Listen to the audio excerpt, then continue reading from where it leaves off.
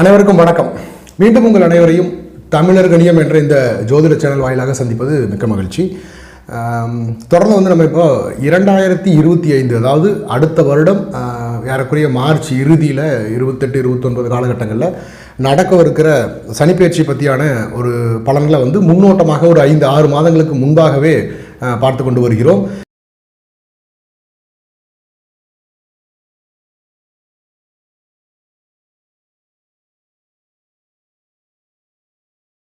இதற்கு முன்பு பார்த்தீங்கன்னா மேஷம் ரிஷபம் 2 ராசியை பார்த்துட்டோம். இப்போ இன்றைக்கு பார்க்க இருப்பது மிதுன ராசி. மிதுனம் காலபுருஷனுடைய 3ஆம் வீடாக வருகிற மிதுன ராசி. மிதுனம் ஒரு ஆண் ராசி.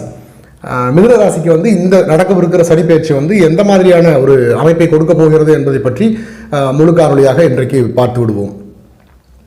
மிதுனம் பெரும்பாலாக மிதுனத்தில் ஒரு எல்லா ராசிகளிலும் 3 நட்சத்திரங்கள் வருகிற மாதிரி மிதுனத்திலும் பார்த்தீங்கன்னா மிருகஷீரிடம் 3-4 பாதங்கள் வரும். திருவாதிரை முழுக்க 4 பாதங்கள் வரும். புனர்பூசம் ஒரு 3 பாதம் புனர்பூசம் வரும். புனர்பூசம் ஒரு 3 பாதம் வரும்.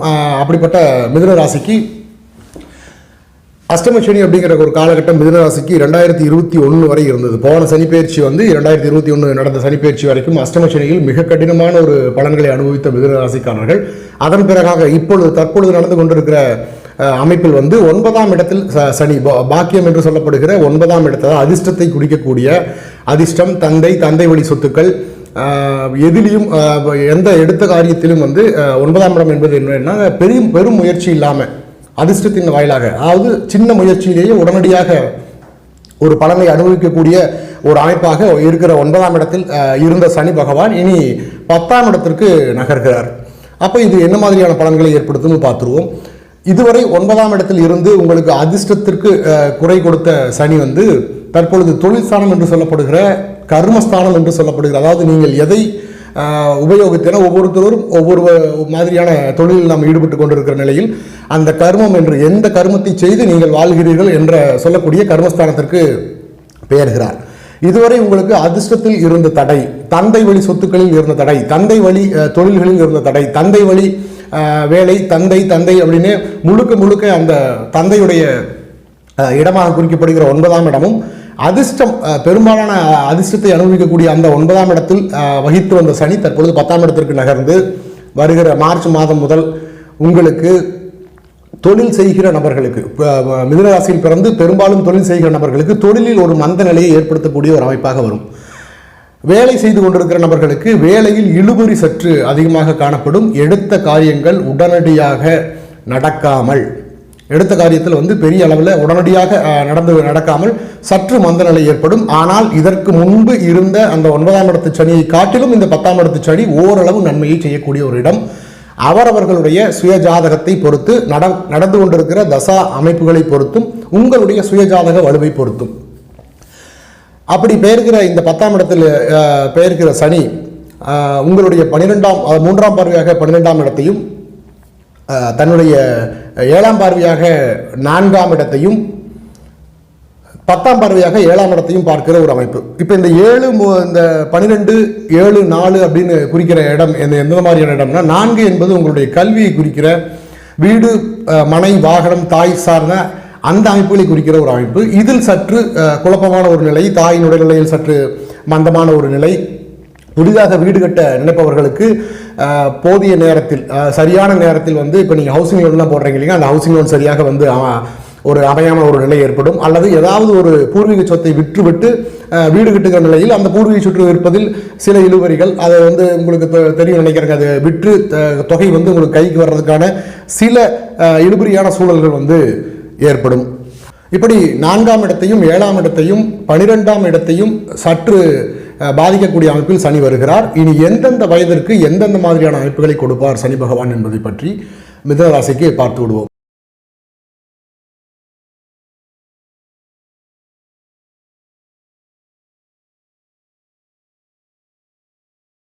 முதலில் கல்வியை பயின்று கொண்டிருக்கிற ஒரு 20-21 வயது நிரம்பிய ஒரு நபர்கள், ஒரு கல்வியில் பள்ளி அல்லது கல்லூரியில் படித்து கொண்டிருக்கிற அந்த குழந்தைகளுக்கு 4ஆம் இடத்தை சனி தன்னுடைய பார்வையால் பார்ப்பது என்பது இந்த கல்வியில் சற்று மந்த நிலை ஏற்படக்கூடிய ஒரு அமைப்பாக இருக்கும். இதுவரை வந்து இந்த குறிப்பாக இந்த 10-12ஆம் வகுப்புகள் அல்லது கல்லூரி முடிக்கக்கூடிய ஒரு அமைப்பில் இருப்பவர்களுக்கு ஓரிரு அரியர்னு சொல்கிறாங்க இல்லைங்களா, அந்த மாதிரியான அமைப்புகள் கல்லூரியில் இருப்பவர்களுக்கு சற்று கூடுதலாகலாம். விரும்பிய அதாவது தான் இதுவரை பயின்ற கல்வியில் வந்து இந்த 10-12ஆம் வகுப்பில் இருக்கிற இந்த மிதுன ராசி குழந்தைகளுக்கு தான் எடுக்கிற மதிப்பெண்ணில் சற்று மதிப்பெண் குறையலாம். ஒரு சிலருக்கு சுய தசாபுத்தி, தன் ஜாதகத்தில் எந்த மாதிரியான தசாபுத்தி நடக்கிறதோ அந்த தசாபுத்திக்கு ஏற்ப தான் விரும்பிய கல்வி கிடைக்காமலும், நல்ல தசாபுத்தி அமைப்பு கொண்ட ஒரு நபர்களுக்கு தான் விரும்பிய படிப்பு, அதாவது 12ஆம் வகுப்பு முடித்து வந்து தான் ஒருவர் வந்து ஒரு இன்ஜினியரிங் படிக்கிறார், ஒரு மருத்துவம் படிக்கிறதுக்கு ஒரு விருப்பப்படுகிறார், அல்லது ஐடி மாதிரியான துறையில் படிக்க விருப்பப்படுறார் அப்படின்னா, நல்ல தசாபுத்தி நடக்கிற அந்த குழந்தைகளுக்கு வந்து தான் விரும்பிய கல்வி கிடைத்து தான் விரும்பிய கல்லூரி கிடைக்காம போறதுக்கான வாய்ப்புகளும் உண்டு. இந்த மாதிரி இருக்கு. அதனால மனசஞ்சலம் வேண்டாம், இதுவும் கடந்து போயிடும். ஏன்னா அடுத்து வருகிற 11ஆம் இடத்து சனி ஒரு அற்புதமான ஒரு அமைப்பை கொடுக்க தயாராகி கொண்டிருக்கும். அதற்கு உங்களை இப்பொழுது தயார்படுத்தி கொண்டிருக்கும். இந்த 20-21 வயது இருக்கிற குழந்தைகளுக்கு வந்து கல்வியில் கவனம் ரொம்ப ரொம்ப முக்கியம். என்னன்னாங்க, கல்வியில் மிக மிக கல்வியில் கவனம். தூக்கத்தை தொலைத்து விட்டு பெரும்பாலான குழந்தைகள் வந்து இந்த கைபேசி, இந்த செல்போன் மாதிரியான இதுகளை பயன்படுத்தி அதிகமாக தூக்கத்தை தொலைக்கக்கூடிய ஒரு அமைப்பாக இருக்கும். பெற்றோர்கள் கவனத்திற்கு. அதற்கு அடுத்தபடியாக 21 வயது பூர்த்தி முடிந்து, அதாவது ஒரு கல்லூரி படிப்பு முடிந்து, இன்னைக்கு பெரும்பாலான குழந்தைகள் கல்லூரி படிக்கிறார் அப்படின்னா, கல்லூரி படிப்பு முடிந்து வேலை மாதிரியான அமைப்புகளை கொண்ட ஒரு 30 வயது 35 வயதுக்கு உட்பட்ட வேலை, திருமணம், தொழில் போன்ற அமைப்புகளை பற்றி பார்த்து விடுவோம். அப்படி ஒரு 35 வயதிற்கு உட்பட்ட மிதுனராசிக்காரர்களுக்கு வந்து வேலை, தான் விரும்பிய வேலை வந்து கிடைப்பதில் சற்று இழுபறி இருக்கும். அல்லது தான் விரும்பிய வேலை கிடைக்கும், விரும்பிய நிறுவனத்தில் அந்த வேலை கிடைக்காம போயிடும். ஏன்னா ஒரே மாதிரியான வேலை அமைப்புகள் ஏதோ ஒன்று கொடுத்தால் ஒன்றில் கை வைக்கக்கூடிய ஒரு அமைப்பாக இருக்கும். வேலையில் சற்று அலைச்சல்கள் அதிகமாக இருக்கும். நீங்கள் நினைச்ச மாதிரியான நிம்மதியான ஒரு அமைப்பு இருக்காது. 12ஆம் இடத்தை சனி 3ஆம் பார்வையாக பார்க்கிறார் உங்கள் ராசிக்கு. அப்படிங்கும் பொழுது நல்ல தசாபுத்தி அமைப்பு நடக்காத, ஓரளவு சராசரியாக தசாபுத்தி நடந்து கொண்டிருக்கிற ஒரு அமைப்பை பெற்ற மிதுனராசிக்காரர்களுக்கு தூக்கம் என்பது சற்று ஒரு குறையாகவே இருந்து வரும். தூக்கம் என்பது ஒரு 27-28 வயது அல்லது 30 வயது கடந்த நபர்களுக்கு திருமணம் அப்படிங்கிறது சற்று தள்ளி போவதற்கான வாய்ப்புகள் இருக்குது. அது நல்லதுக்கு. அதனால் அதை பெருசாக மனக்கலக்கம் அடைய வேண்டாம் பெற்றோர்கள். என்னென்னா இந்த காலகட்டங்களில் ஒரு சில மிதுன ராசிக்காரர்களுக்கு சரியான தசாபுத்தி நடக்காதவர்களுக்கு திருமண அமைப்பு என்பது சற்று தள்ளி போவதற்கான வாய்ப்புகள் கூட அமையும். அது வந்து பெரிய அளவில் நிலைத்து நிற்காது. ஒரு குறிப்பிட்ட காலம்தான், இதுவும் கடந்து போயிடும். அதனால் இது நல்லதுக்குன்னு நினைங்க. ஏன்னா இதை விட ஒரு நல்ல அமைப்பு அந்த பெண்ணுக்கோ அந்த ஆணுக்கோ அடுத்து வருகிற சனிப்பெயர்ச்சியின் காலகட்டத்தில் சரியான தசாபுத்தி அமையும் பொழுது சிறப்பான ஒரு அமைப்பை கொடுக்கும். அதனால் அப்படி இருக்க வேண்டாம். தொழில் முக்கியமான விடயம். ஒரு 35 வயதுக்கு உட்பட்ட ஒரு நபர்களுக்கு தொழில் அப்படிங்கும் பொழுது ஒரு 35 45 வயதுக்குள்ள கூட வச்சுக்கோங்க. தொழில் அமைப்பை வந்து விருத்தி பண்ணணும்னு நினைக்கிறவங்களுக்கு கொஞ்சம் கவனமாகவும் நிதானமாகவும், குறிப்பாக பார்ட்னர்ஷிப், அதாவது என்னன்னாங்க, நீங்கள் செய்கிற தொழில் தனியாக நீங்களே செய்யாமல் ஒரு பார்ட்னர்னு சொல்லப்படுகிற உங்களுடைய யாரோ ஒருவர், சக நண்பர் அல்லது உறவினர் யாரோ ஒருவரை வச்சு பார்ட்னர் அப்படிங்கிற ஒரு நிலையில் சற்று கவனமாக இருக்க வேண்டியது மிதுன ராசிக்கு இப்போ ரொம்ப தேவை. ஏன்னா உங்கள் பார்ட்னர் உங்களை ஏமாற்றலாம், உங்கள் பார்ட்னரால் நீங்கள் ஏமாற்றப்படலாம். அதனால் சற்று கவனமாக இருங்கள். அப்படி இல்லை என்றால் உங்களுக்கும் உங்களுடைய தொழில் கூட்டாளியாக இருக்கிற நபர்களுக்கும் சில மனக்கசப்பு ஏற்பட்டு, ஏன்னா அவர்களுடைய ராசியும் உங்களுடைய ராசியும் சரியாக விதத்தில் அமைந்து விட்டால் பிரச்சனை இல்லை. அமையலைன்னா சில கருத்து வேறுபாடுகள் காரணமாக தொழில் வந்து பிரிவு அப்படிங்கிற ஒரு நிலை கூட ஒரு சிலருக்கு அவர்களுடைய தசாபுத்தி அமைப்பிற்கு ஏற்படும். அதனால் கொஞ்சம் பத்திரமா இருங்க. முடிந்த வரைக்கும் இந்த சனிப்பெயர்ச்சியில் தாய் வழி சொத்து, தாய் மாமன் வழி சொத்து அல்லது மாமனாருடைய சொத்து அப்படிங்கிற சொத்துக்களை வந்து அதிகமாக கை வைக்காமல், முடிந்தவரை அதை விற்பனை செய்யாமல், அதில் சில கருத்து வேறுபாடுகள் வந்தால் கூட அதை களைந்துட்டு முடிந்தவரை அதை கடந்து செல்லுங்கள். ஏன்னா ரொம்ப ரொம்ப முக்கியமான விடயமே இதுதான். இப்போ 45 வயதுக்கு மேற்பட்ட ஒரு 60 வயது இருக்கிற பெரும்பாலான இதுக்கு ஒரு நிம்மதி பெருமூச்சு அடையக்கூடிய ஒரு இடம் தான். ஏன்னா அஷ்டமச்சனி முடிந்து பாக்கி இடத்துல இருந்த 9ஆம் இடத்து சனியும் முடிந்து தற்பொழுது 10ஆம் இடத்து சனி வருகிற பொழுது தொழிலில் மட்டும் சற்று மந்தமான ஒரு நிலை ஏற்படுமே ஒழிய மிகப்பெரிய அளவில் எந்தமான ஒரு பெரிய பின்னடைவும் இருக்காது. இந்த குறிப்பிட்ட ஒரு 45 60 வயதுக்குள்ள இருப்பவங்களுக்கு சரியான தசாபுத்தி நடக்குமாயின், ஏன்னா இந்த 60 வயது இருக்கிறவங்களுக்கு சூரிய சந்திர தசை நடக்கிறதுக்கான வாய்ப்புகள் உண்டு. அது தசாபுத்தி அமைப்புகளில் பார்ப்போம். அப்படி நடக்குமாயின் சற்று பெற்றோர்களுடைய உடல்நலத்தில் சற்று கவனமாக நீங்கள் இருக்கணும். ரொம்ப ரொம்ப முக்கியமான ஒரு இதே அதுதான். அதே மாதிரி இந்த குறிப்பிட்ட வயதில் இருக்கிற இந்த ராசி காரர்களுக்கு வந்து இந்த குறிப்பிட்ட காலம் சரியான தசாபுத்தி அமைப்பு இல்லாத நபர்களுக்கு சிறுநீரக சம்பந்தப்பட்ட சிறுநீரக கோளாறு, சிறுநீரக சம்பந்தப்பட்ட பிரச்சனை, முட்டிக்கு மேல் இருக்கிற தொடை பகுதியில் சில பிரச்சனை, வலது தோள்பட்டைகளில் இருக்கிற சில பிரச்சனை, கண் சம்பந்தமான பிரச்சனைகள்லாம் வர்றதுக்கான வாய்ப்புகள் உண்டு. சற்று கவனமாக இருங்க. இந்த பிரச்சனை வந்து பெருசாக போகாது, இருந்தாலும் சின்னதாக அப்பப்போ இந்த மாதிரியான பாதிப்புகள் வரலாம். 60 வயதிற்கு மேற்பட்டு 80-90 வயதுகளில் இருக்கிறவங்களுக்கு இந்த சனி வருகிற சனி சரியான தசாபுத்தி அமைப்பு நடந்தால் எந்த விதமான மாற்றத்தையும் எந்த விதமான பாதிப்பையும் ஏற்படுத்தாத ஒரு அமைப்பு தான். பெரும்பாலும் இது ஏற்படுத்துவது கிடையாது. இந்த மாதிரி தூக்கத்தை மட்டும் சற்று தொலைக்கிற ஒரு நிலை வரும்.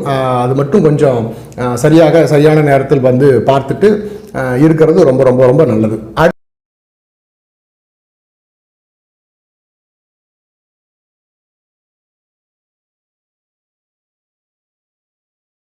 அடுத்ததாக மிதுன ராசியில் பிறந்து தசாபுத்தி அமைப்புகளின்படி என்னென்ன தசா நடந்தால் எந்த மாதிரியான அமைப்பு இருக்கும் என்பதை பற்றி முழுவதுமாக பார்த்து விடுவோம். மிதுனத்தில் பிறப்பவர்கள் பெரும்பாலும் மிதுனத்தில் பிறக்கிறவங்களுக்கு செவ்வாய் தசை, ராகு தசை, குரு தசை இது மூன்றும் பார்த்தீங்கன்னா பிறந்த அமைப்பிலேயே வரும். பிறந்த அமைப்பிலேயே வந்து பார்த்தீங்கன்னா பிறந்த உடனே செவ்வாய் தசை ஒரு 3 வருஷம் 2 வருஷம் 2.5 வருஷம் இருக்கிற குழந்தைகளும் உண்டு. பிறந்த இதை பொறுத்து அது அவர்களுடைய நட்சத்திரத்தை பொறுத்தது. இப்போ திருவாதிரை மாதிரியான இதில் பிறக்கும் பொழுதே ராகுதசையோட பிறக்கிற அமைப்பு, புனர்பூசத்தில் பிறக்கும் பொழுது உங்களுக்கு குருதசையோட பிறக்கிற அமைப்பு. அப்போ எப்படி கணக்கப்பட்டாலுமே நீங்கள் வந்து பிறக்கிறது மிருகசீரோட நட்சத்திரத்தில் பிறந்தீங்கன்னா உங்களுடைய மத்தியம வயசு என்று சொல்லப்படுகிற ஒரு 30-35 வயதுக்குள்ள குருதசை முடிஞ்சிடும். குருதசை முடிஞ்சு சனிதசை ஆரம்பிச்சிடும் 35 வயது அந்த உட்பட்டவங்களுக்கு. இப்போ நீங்கள் வந்து மிருகசீரிடத்தில் பிறந்திருக்கிற நபர்களுக்கு ஒரு 20 வயது அந்த படித்துக் கொண்டிருக்கிற அந்த குழந்தைகளுக்கு பெரும்பாலும் ராகதசை நடக்கும் அல்லது குருதசையோட ஆரம்பமாக இருக்கும். அந்த மாதிரி இருக்கும் பொழுது குருதசை நடந்து கொண்டிருந்தால், ஒருவேளை ராகதசை நடக்குது, நீங்கள் 17-18 வயசு இருக்கீங்கன்னா ராகு இருக்கிற இடத்தை பொறுத்து அதற்கான பலன்களை வந்து அமையும். ராகு நல்ல யோகமான இடங்களில் இருக்கும் பொழுது கல்வியில் நான் சொன்ன அந்த மந்த நிலை இருக்காது. ராகு நல்ல யோகமான வீட்டில் யோகமான உங்கள் லக்னத்தை பொறுத்து தான் ராகு வேலை செய்யும். ராகு எந்த வீட்டில் அமர்ந்திருக்கார் அப்படிங்கிறத பொறுத்து நல்ல இடத்தில் இருக்கிற ராகு யோகத்தை தரக்கூடிய ஒரு அமைப்பாக இருக்கும். கல்வியில் மந்தநிலை இல்லாமல் நல்ல ஒரு அமைப்பாக இருக்கும். குரு இதில் வந்து நட்சத்திரத்தில் பிறந்த குழந்தைகளுக்கு வந்து இப்போ ராகுவோட நட்சத்திரத்தில் பிறந்திருக்கிற குழந்தைகளுக்கு ஆரம்பம் குருதசையாக இருக்கும். அப்படி இருக்கிற வகையில் வந்து அந்த குரு நல்ல அமைப்புகள் இருக்கும் பொழுது நல்ல கல்வியாளர், இந்த டீச்சர் ட்ரைனிங் மாதிரியான கல்வியெல்லாம் படிக்கும் பொழுது அக்கௌண்ட்ஸ் சம்பந்தமாக படிக்கக்கூடிய அந்த சிஏ மாதிரியான படிப்புகள்லாம் வந்து புதன் குருவுக்கு எந்த அளவு அமைப்பு இருக்கோ அதன் பொறுத்து கல்வியில் பெரிய அளவு மாற்றங்கள் இருக்காது. இப்போ 20-21 வயதுக்கு உள்ள இருந்த குழந்தைகளுக்கு ஒருவேளை தசாபுத்தி அமைப்புகள் வந்து சனி தசை நடக்குதுன்னு வைங்க. பெரும்பாலும் சனி தசை பொதுவாகவே சொல்லிடுறேன், நான் வயது வரம்பு பார்க்காம பொதுவாகவே ஒரு இதில் குறிப்பிடலாம். மிதுன ராசியில் பிறந்தவர்களுக்கு சனி தசை லக்னம் மட்டும் சரியாக அமர்ந்து மிதுன ராசியில் பிறந்து கடக சிம்ம லக்னத்தை தவிர கடக சிம்ம 2 லக்னத்தை தவிர ஏனைய லக்னங்களில் இருந்து சனி தசை நடத்தும் பொழுது சனி பாவத்துவமாக அமையாமல், அதாவது பாவத்துவம்னா என்ன, சனி அவர்களுடைய பிறப்பு ஜாதகத்தில் குருவின் வீட்டிலோ அல்லது சுக்கிரனுடைய வீட்டிலோ இல்லை தனக்கு பிடித்த நண்பர்கள் வீட்டிலோ சனி அமர்ந்து அந்த சனியோடு செவ்வாயோ ராகுவோ தொடர்பில்லாத நபர்கள் உண்மையாகவே கொடுத்து வச்சவங்க தான். ஏன்னா ஒரு மத்திய வயசில் வருகிற இந்த சனி தசை வந்து ஒரு அற்புதமான பலன்களை செய்யக்கூடிய ஒரு அமைப்பு தான். இந்த காலகட்டங்களில் தொழிலில் வந்து நல்ல ஒரு முயற்சியும் நல்ல வேலையும் சளைக்காமல் உழைக்கிற ஒரு அமைப்பையும் வந்து இந்த சனி கொடுக்கும். ஒருவேளை இந்த சனி பாவத்துவம் அடைந்திருந்தால் பலன்கள் மாறுபடும். அதற்கடுத்த சனிக்கு அப்புறம் புதன் தசையும் இவங்க சந்திப்பாங்க. கண்டிப்பாக வந்து மிதுனராசியில் பிறந்தவர்கள் கண்டிப்பாக புதன் தசையும் சந்திப்பாங்க. ஏன்னா ராசி அதிபதியே புதன். அப்போ லக்னம் வந்து உங்களுக்கு சுக்கிரனுடைய அணி லக்னமாக இருந்தால், அதாவது இந்த மிதுனம், கன்னி அல்லது துலாம், ரிஷபம், மகரம் கும்பம் போன்ற இந்த 6 ராசிகள் கொண்ட லக்கணமாக நீங்கள் இருந்தால் புதன் தசை யோக தசை தான். அது புதன் பெரும்பாலும் சுக்கிரனுடைய தொடர்பு கொண்டு சுக்கிரனுடைய நேரடியாக எப்பொழுதும் இணைந்து பயணிக்கிற ஒரு அமைப்பில் அப்படி இணைந்திருந்து சனி செவ்வாய் போன்ற பாவகிரகங்கள் அல்லது ராகுவோடு சேர்க்கை இல்லாமல் புதன் தசையை சந்திப்பவர்களுக்கும் இது அற்புதமான சனிப்பெயர்ச்சி தான், நல்லபடியாகத்தான் இருக்கும். அடுத்ததாக கேது, ஒரு மத்திய வயசு அல்லது ஒரு பின்தங்கிய வயது, ஒரு 70-80 வயது தாண்டி அல்லது 60 வயது தாண்டி தான் கேது தசையை சந்திப்பீங்க. இந்த கேது தசையை சந்திக்கிற நபர்கள் வந்து கேது சரியான இடத்தில் அமையாவிட்டால் இந்த கேது தசை ஒரு பெரிய அளவில் ஒரு பாதிப்பை கொடுக்கக்கூடிய ஒரு அமைப்பு. அதனால் பயந்துக்காதீங்க, பெரிய அளவில் இதுவும் கடந்து தான் போயிடும். கேது தசையில் வந்து அப்படி ஒன்றும் ஒரு நல்ல அமைப்பாக இருக்க போவது கிடையாது. ஒரு அமைப்பில் சுக்கிரனுடைய அணி லக்கணங்களாக இருந்து, நான் சொன்ன மாதிரி இந்த 6 லக்கணங்களாக இருந்து கேது திசை நடப்பவர்களுக்கு சற்று ஒரு பாதகமான பலன்களை தான் செய்யும். பாதகம்னா நீங்கள் பெரிய அளவில் பயந்துக்க வேண்டாம், சற்று பலன்கள் குறையும்னு வச்சுக்கோங்க. இதே குரு அணி லக்கணங்கள் நீங்கள் பிறந்து கேது சரியான இடத்துல இருந்தால் இந்த கேது திசை நன்றாகவே இருக்கும். இந்த கேது திசை கண்டிப்பாக நன்றாகவே இருக்கும். அடுத்ததாக சுக்கிர திசை. பெரும்பாலும் சுக்கிர திசை வந்து சந்திக்கிறதுங்கிறது ரொம்ப அரிதான ஒரு அமைப்பு தான். என்னன்னாங்க, நீங்கள் இறுதியாக புனர்புஸ்தில் பிறந்திருந்தால் கூட குரு தசை ஒரு 8 ஆண்டுகள் வந்துடும். 8 வயது குரு தசை, சனி ஒரு 19 அப்படிங்கும் பொழுது ஒரு 27 வயசு வரைக்கும் சனி தசை.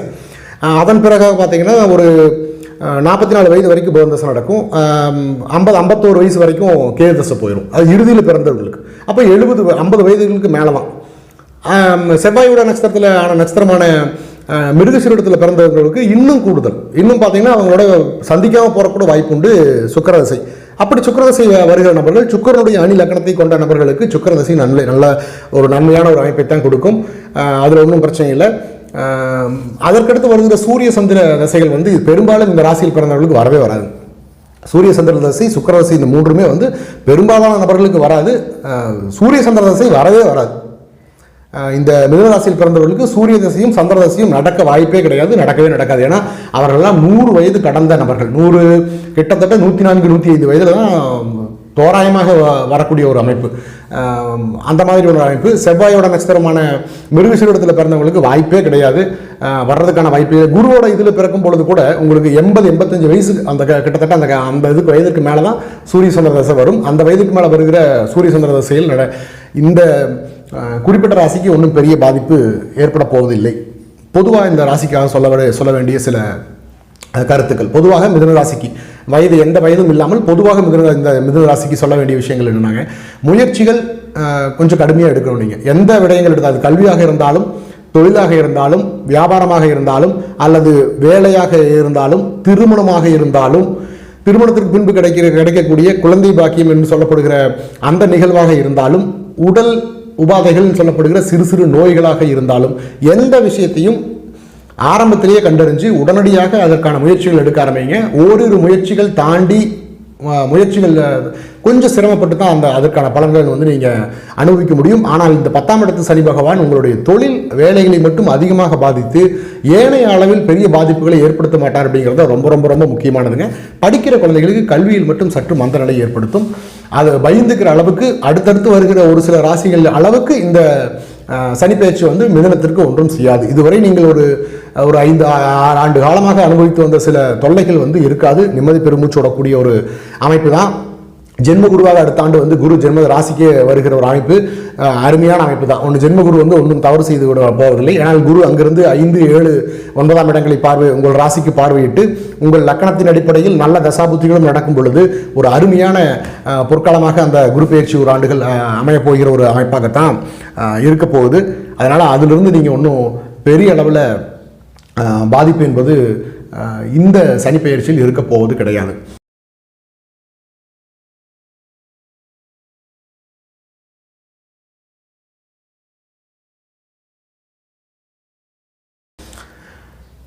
தொடர்ந்து இந்த காணொலிகளை பாருங்கள்.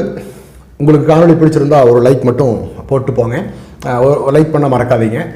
மீண்டும் அடுத்த காணொலியில் சிம்ம ராசியை பற்றி பார்க்க இருக்கிறோம். அதுவரை இணைந்திருங்கள் தமிழர் கணியத்தோடு. மீண்டும் உங்களை அடுத்த காணொலியில் சந்திக்கும் வரை உங்களிடமிருந்து விடைபெறுவது அருள்குமரன். நன்றி, வணக்கம்.